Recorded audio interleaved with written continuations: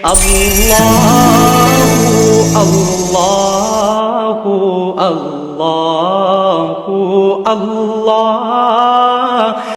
আসসালামু আলাইকুম ওয়া রাহমাতুল্লাহ।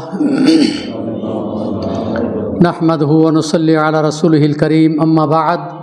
ফাআউযু বিল্লাহি মিনাশ শাইতানির রাজীম। মান জাআ বিল হাসানাতি ফালাহু আশরু আমসালিহা। وقال رسول الله صلى الله عليه وسلم: من صام يوما في سبيل الله بعد الله وجهه عن النار 70 خريفا أو كما قال صلى الله عليه وسلم। রাওয়াহুল বুখারী। সম্মানিত উপস্থিতি, আলহামদুলিল্লাহ, আমরা আমাদের নিয়মতান্ত্রিকভাবে এবং আমাদের বিষয়ভিত্তিক তাফসির যে আয়োজন করা হয়েছে, আজকে পাক্ষিক তাফসির, বিষয় হলো নফল সিয়ামের গুরুত্ব ও ফজিলত। জুমাতে যেহেতু আলোচনা করেছি নফল সালাতের গুরুত্ব এবং ফজিলত, পাশাপাশি দুইটি ইবাদত অনেক ভাই এই নফল সিয়াম পালন করে থাকেন।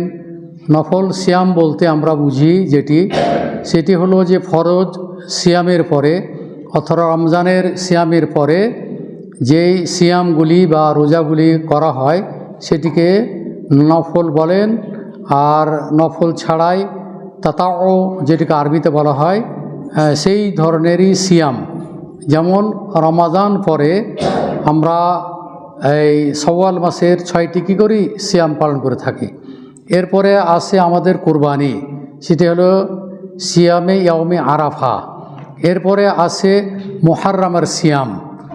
তারপরে এই বাকি যে সিয়ামগুলি এসেছে ইয়ামুল ইসনাইন ওয়াল খামিস, অর্থাৎ সোমবার এবং বৃহস্পতিবারের দিন সিয়াম পালন করা। আর দাউদ আলাইহিস সালামের সিয়াম ইয়াসুম ইয়াওমান ওয়া ইফতির ইয়াওমান, একদিন সিয়াম রাখতেন, রোজা রাখতেন, আর একদিন রোজা ছেড়ে দিতেন। তার মানে বছরে 6 মাস তিনি সিয়াম পালন করতেন। এটা হলো আহাব্বু সিয়াম ইলাল্লাহি সিয়ামে দাউদ। আর আল্লাহর নিকটে সর্বাধিক সিয়াম হলো দাউদ আলাইহিস সালামের সিয়াম। তো এটি করা খুবই কঠিন, দুষ্কর ব্যাপার। একদিন সিয়াম রাখা, রোজা রাখা, আর পরের দিন আবার রোজা ছাড়া সিয়াম ছেড়ে দেওয়া, এটি খুবই কষ্টসাধ্য ব্যাপার। এরপরে আসলো আইয়ামে বীজ। আইয়ামে বীজ মানে মাসের এই মধ্য যে 3টি সিয়াম, 13, 14, 15, সেই 3টি সিয়ামের ফজিলত কি আল্লাহ রাসূল সাল্লাল্লাহু আলাইহি ওয়াসাল্লাম বলছেন, যদি মাসে কেউ ওই 3টি সিয়াম পালন করে সে সারা বছরে কি করে সিয়াম পালন করে।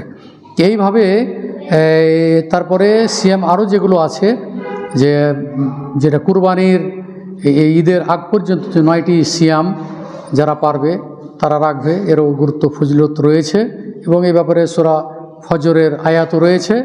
যাই হোক, এটি একটি পূর্ণাঙ্গ বিষয়ভিত্তিক সিয়ামের আলোচনা। আজকে আমি সংক্ষিপ্ত আকারে গুরুত্বপূর্ণ কয়েকটি সিয়ামের কথা বলেই আমি আমার বক্তব্য শেষ করব ইনশা আল্লাহ তাআলা। আমি আপনাদের সামনে সূরা আনআমের 160 নম্বর আয়াত তেলাওয়াত করেছি। আল্লাহ তাআলা বলতেছেন, মান জাআ বিল হাসানাতে ফালাহু আশরু আমসালিহা। আল্লাহ তাআলা বলছেন, কেউ যদি একটি ভালো কাজ করে তাহলে আল্লাহ তাআলা তার বিনিময়ে 10টি নেকি কী করবেন, লিপিবদ্ধ করবেন। অর্থাৎ একটা সিয়াম যদি আপনি পালন করেন তাহলে একটি সিয়ামের পরিবর্তে 10 দিনের সিয়ামের ফজিলত আল্লাহ তাআলা কি দিবেন আর কি। এটি হলো কি সূরা আনআমের 160 নম্বর আয়াত। এরপরে আল্লাহ রাসূল সাল্লাল্লাহু আলাইহি ওয়াসাল্লাম বলছেন যে কেউ যদি মান সামা ইয়াওমান ফি সাবিলিল্লাহি, কেউ যদি আল্লাহর রাস্তায়, আল্লাহর উদ্দেশ্যে যদি কেউ একটি সিয়াম পালন করে, আল্লাহ তাআলা, আল্লাহ রাসূল সাল্লাল্লাহু আলাইহি ওয়াসাল্লাম বলছেন যে বা'আদাল্লাহু ওয়াজহাহু আনিন নার 70 খরিফান, যে 70 বছরের পথ দূরে রাখবেন আল্লাহ তাআলা কিসে থেকে, তার চেহারাকে জাহান্নাম থেকে। অর্থাৎ কেউ যদি একটি সিয়াম আল্লাহর রাস্তায়, আল্লাহর পথে আল্লাহর উদ্দেশ্যে যদি কেউ সিয়াম পালন করে তাহলে আল্লাহ তাআলা 70 বছর পথের দূরত্বকে কি করবে, তার চেহারাকে, তার মুখমণ্ডলকে জাহান্নামের আগুন থেকে কি দূরে রাখবেন। তার মানে আল্লাহ তাআলা তাকে জাহান্নাম থেকে রক্ষা করবেন। এটা বুখারীর হাদিস 2840 নম্বর হাদিস, আর তাহকিকে মিসকাতের হাদিস নাম্বার হচ্ছে 2053 নম্বর হাদিস। এরপরে আবু উমামা থেকে একটি হাদিস বর্ণিত আছে। আল্লাহ রসুল সাল্লাল্লাহু আলাইহি সাল্লাম বলছেন, আলা রাসূলুল্লাহি সাল্লাল্লাহু আলাইহি ওয়াসাল্লাম, মান সামা ইয়াওমান ফি সাবিলিল্লাহ, কেউ যদি আল্লাহর পথে একটি সিয়াম পালন করেন, তখন রাসূলুল্লাহ সাল্লাল্লাহু আলাইহি ওয়াসাল্লাম বলছেন, জাআলাল্লাহু বাইনাহু ওয়া বাইনান নারে খান্দাকান কামা বাইনাস সামাই ওয়াল আরদি। আল্লাহ রসুল সাল্লাল্লাহু আলাইহি ওয়াসাল্লাম বলছেন, কেউ যদি আল্লাহর উদ্দেশ্যে আল্লাহর পথে একটি সিয়াম পালন করে, তো আল্লাহ তাআলা তার মাঝে এবং জাহান্নামের মাঝে একটি খন্দক কি করবেন, নির্মাণ করবেন।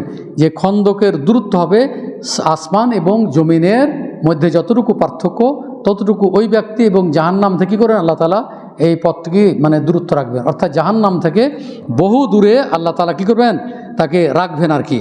তো এটি তিরমিজির হাদিস 1624 নম্বর হাদিস, তাহকিকে মিসকাতের হাদিস নম্বর হচ্ছে 2064 নম্বর হাদিস। এইভাবে অনেকগুলো হাদিস যেগুলোকে হচ্ছে বর্ণিত হয়েছে। তো আজকে আমি আপনাদের সামনে কয়েকটি ফজিলতের হাদিস আমি তুলে ধরবো ইনশাআল্লাহ তাআলা, এবং কোন কোন দিন সিয়াম পালন করতে আল্লাহ রসুল সাল্লাল্লাহু আলাইহি ওয়াসাল্লাম নিষেধ করেছেন। তো আমরা আসি যে আল্লাহ রসুল সাল্লাল্লাহু আলাইহি সাল্লাম নিয়মিতভাবে তিনি আইয়ামে বীজের সিয়াম পালন করতেন।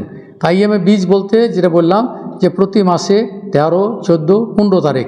তো এখন প্রশ্ন হলো, কেউ যদি বলেন যে এই ঈদের পরে, কুরবানির ঈদের পরে দেখা যায় যে আইয়ামুত তাশরিক যেটা বলা হয়, আইয়ামুত তাশরিক মানে ঈদের পরের 3 দিন, সেই দিনে কিন্তু সিয়াম পালন করা নিষিদ্ধ।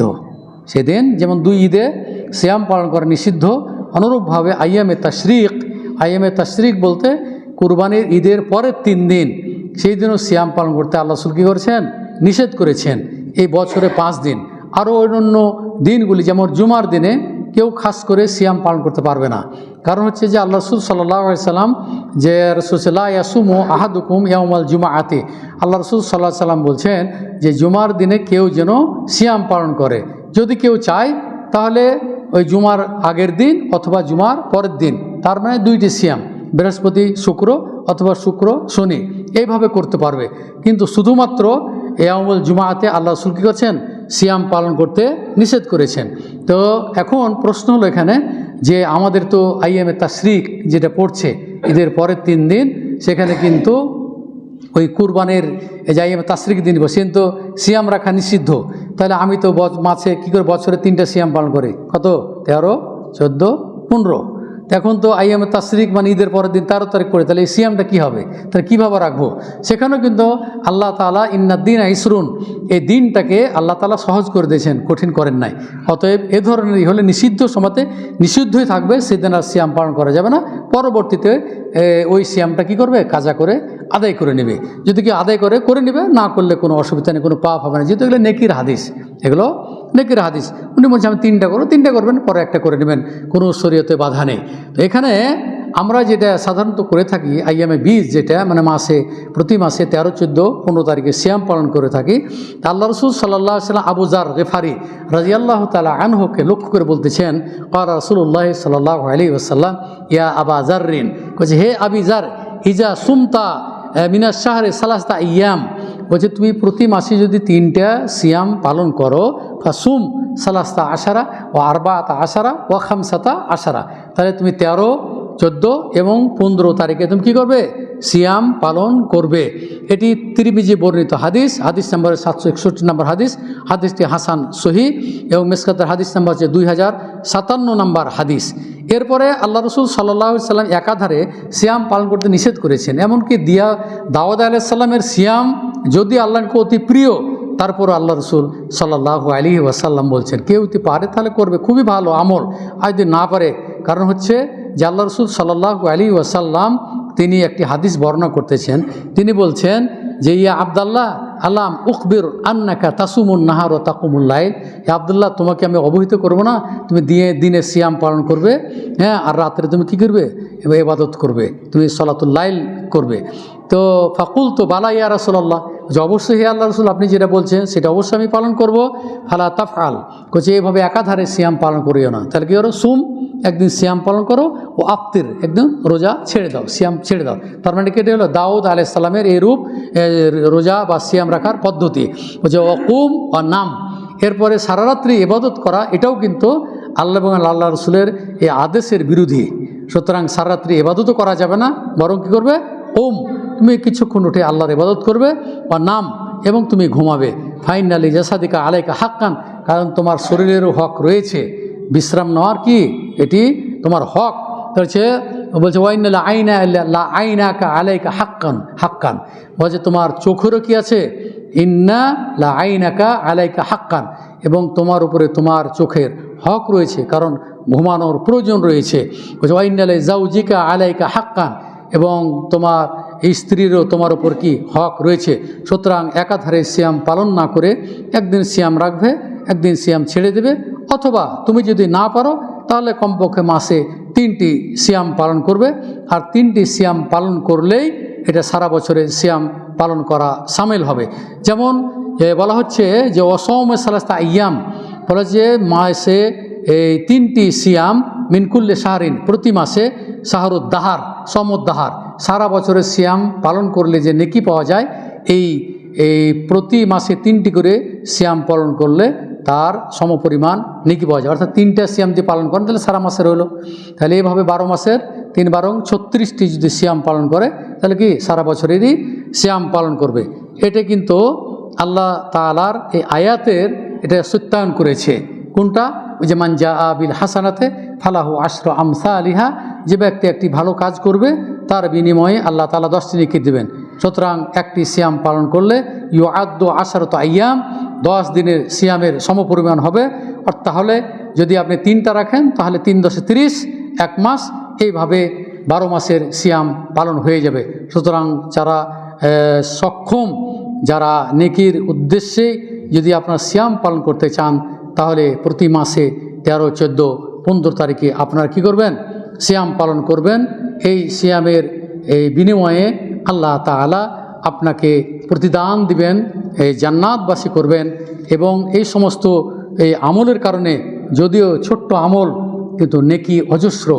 অনেক ভাই যারা আছেন, যেমন সোমবারের দিন এবং বৃহস্পতিবারের দিন কি করেছেন, সিয়াম পালন করেন, এখনও কিন্তু আছে আমাদের মাঝে অনেকেই, এবং এই মসজিদও আছে অনেকেই যারা কি করেন, এই সিয়াম পালন করেন, ইয়ামুল ইসনাইন আর কি ইয়ামুল খামিস, অর্থাৎ সোমবার এবং কিবার, বৃহস্পতিবার, এই 2 দিন আল্লাহ রসুল সাল্লাল্লাহু আলাইহি ওয়াসাল্লাম কী করেছেন, সিয়াম পালন করেছেন এবং সিয়াম পালন করার আদর্শ দিয়েছেন, কি নির্দেশও দিয়েছেন। যেমন আল্লাহ রসুল সাল্লাল্লাহু আলাইহি ওয়াসাল্লাম বলছেন যে তুরাদুল আমাল ইয়াউমুল ইসনাইন, বলছে সোমবারের দিন বলা হচ্ছে এবং বৃহস্পতিবার দিন আল্লাহর নিকটে আমলগুলি করা হয়, উত্থাপিত হয়, মানে উত্থাপিত হয়, সেখানে কি উত্থাপন করা হয়, সেখানে পেশ করা হয়। উহিব্ব, সুতরাং আমি ভালোবাসি, আইয়ু অরাদা আমালি ও আনা সাইম, আমি সিয়াম অবস্থায় আমার আমলগুলো যেন কি আল্লাহর দরবারে কি করা হয়, পেশ করা হয়। সুতরাং আমি সোমবার এবং বৃহস্পতিবার দিন কি করি, আমি সিয়াম রাখতে পছন্দ করি। তিরমিজির হাদিস নাম্বার হচ্ছে 747, আর মিসকাতের হাদিস নাম্বার হচ্ছে 2056 নম্বর হাদিস। তো এইভাবে কতগুলো লোক আয়েশা রাদিয়াল্লাহু তাআলা আনহার নিকটে এসেছিলেন, এসে আল্লাহ রসুলের ইবাদত সম্পর্কে জিজ্ঞেস করলেন। কান্নাহুম তাকাল্লুহা, তারা আল্লাহ রসুলের ইবাদত সম্পর্কে তাদের তুলনায় কম মনে করলেন, যার কারণে তারা এইভাবে বললো যে আমি সারা রাত কি করি, ইবাদত করি, এবং সারা বছর আমি সিয়াম পালন করি, আমি কখনোই বিবাহ সাধুই করব না, এইভাবে ব্যক্ত করলেন। আর এমত অবস্থায় আল্লাহ রসুল সাল্লাল্লাহু আলাইহি সাল্লাম বাড়িতে উপস্থিত হয়ে গেলেন, মানে আয়েশা রাদিয়াল্লাহু তাআলা আনহা ছিলেন, বাড়িতে ছিলেন, এবং তিনি প্রশ্ন উত্তর দিতেন, মানে প্রশ্ন করলে তার উত্তর পেশ করতেন। তো তিনি যখন আসলেন, তারপরে বলছে আনতুমুল্লে যেন কুলতুম কাজা ওয়া কাজা, আরে তোমরা এই ধরনের কথা বলেছো নাকি, তোমরা এই ধরনের কথা বলেছো যে আমি সারা বছর সিয়াম পালন করি, আর করি কি, আমি সারা রাত্রি ইবাদত করি, আমি কখনোই বিবাহ শাদী করি না বা করব না। তো তোমরা এই ধরনের কথা বলেছো, শুনে রেখো, জেনে রাখো, আল্লাহ ইন্নী লা আখশাকুম, আল্লাহ অধিক আল্লাহর নিকট কি তোমাদের চেয়ে আল্লাহকে আমি বেশি ভয় করি এবং অধিক তাকওয়াশীল তোমাদের তুলনায়। সুতরাং ওয়ালাকিন্নী আসুমো, আমি সিয়ামও পালন করি, অউফতিরও এবং কী করে আমি ইফতারও সিয়ামও ছেড়ে দিই, উসাল্লি এবং আমি রাত্রে সালাত আদায় করি, ওয়া আরকুদু এবং আমি কি ঘুমাই, ওয়া তাজাওয়াজুন নিসা এবং আমি কি বিবাহ শাদীও করেছি এবং বিবাহ করি। ফামান রাগিবা আন সুন্নতি ফালাইসা মিন্নি, সুতরাং যে আমার এই সুন্নাত থেকে মানে কি হবে বিমুখ হয়ে যাবে, সে আমার তরিকার অন্তর্ভুক্ত নয়। তার মানে ঘুমানোটাও একটা ইবাদত, তারপরে এই সিয়াম পালন করাও একটা ইবাদত, বিবাহ করাটাও এটি একটি ইবাদত। সুতরাং শরীয়তে যে সমস্ত এই আপনাকে পালন করার নির্দেশ দিয়েছেন সেগুলো পালন করলে অবশ্যই আপনি নেকি পাবেন, যেগুলো বর্জন করতে নিষেধ করেছেন সেগুলো আপনি বর্জন করলে সেটাও আপনি নেকি পাবেন। অর্থাৎ আতিউল্লাহ ওয়া আতিউর রাসূল, আল্লাহ এবং আল্লাহ রাসূলের আনুগত্য করলে যদিও আমল অল্প হলেও এর ভিতরে বিরাট কি কল্যাণ নিহিত রয়েছে। সুতরাং আসুন, রাসূলুল্লাহ সাল্লাল্লাহু আলাইহি সাল্লাম যেভাবে নফল সিয়ামগুলি পালন করেছেন এবং এই নফল সিয়ামগুলি কিয়ামতের দিন আপনার দাঁড়িপাল্লা হালকা হয়ে গেলেও এই নেকিতে আপনার পাল্লা ভর্তি করে দিবেন আল্লাহ তাআলা, এবং যার ফলে যদি আপনার আমলে কোনো ত্রুটি হয়ে থাকে তা আল্লাহ তাআলা এর মাধ্যমে পরিপূর্ণ করে দিবেন। আসুন আমরা সবাই চেষ্টা করি নফল সালাত, নফল সিয়াম এগুলো যথাসাধ্য আমরা পালন করার চেষ্টা করি। আল্লাহ যেন আমাদেরকে এই ধরনের অধিক নফল ইবাদত করার জন্য তৌফিক দান করেন। আমিন। ওয়া আখিরু দাওয়ানা আনিল হামদুলিল্লাহি রাব্বিল আলামিন। আসসালামু আলাইকুম ওয়া রাহমাতুল্লাহি ওয়া বারাকাতুহু।